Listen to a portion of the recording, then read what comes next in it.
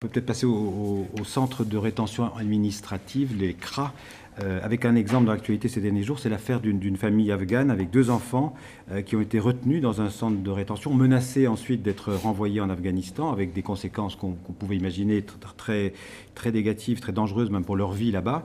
Finalement, ils ont obtenu un sursis d'1 mois. C'est un dossier que vous suivez de très près. Oui, le droit d'asile. Parce qu'il y a aussi des enfants qui sont en cause. Bien sûr. Ouais.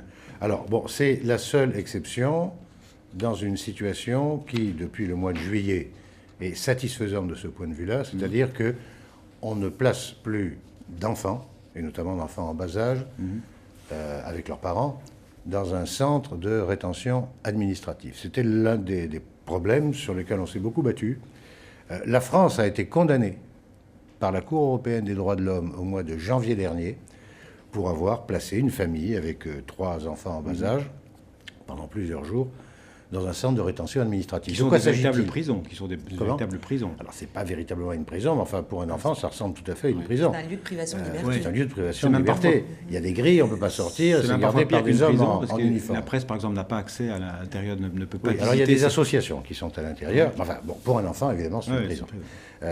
Et donc, de quoi s'agit-il? Ce sont des familles qui doivent quitter le territoire national, décision de justice, et dans l'attente d'embarquer, on les place dans un centre de rétention administrative. Si ce sont des adultes, ça peut se concevoir. Mais quand ce sont des adultes avec leurs enfants, on met les enfants derrière les barreaux où ils vont rester 2 jours, 3 jours, 4 jours, ce qui évidemment n'est pas acceptable du point de vue des droits de l'enfant. Donc la France ayant été condamnée au mois de janvier dernier, je suis systématiquement intervenu avec mes adjoints, et mon adjointe en particulier défenseur des enfants, Madame Derain. À chaque fois que la présence d'un enfant nous était signalée, on se rendait pour constater la véracité des faits. J'intervenais auprès du ministre de l'Intérieur et du préfet. En général, la famille ressortait. Mais on a dû intervenir une 50aine de fois au premier semestre de l'année 2012. Au mois de juillet, Monsieur Valls, à qui j'avais parlé de ce problème, le nouveau ministre dès de l'Intérieur, le début du mois de juin, en lui signalant que le placement de famille continuait.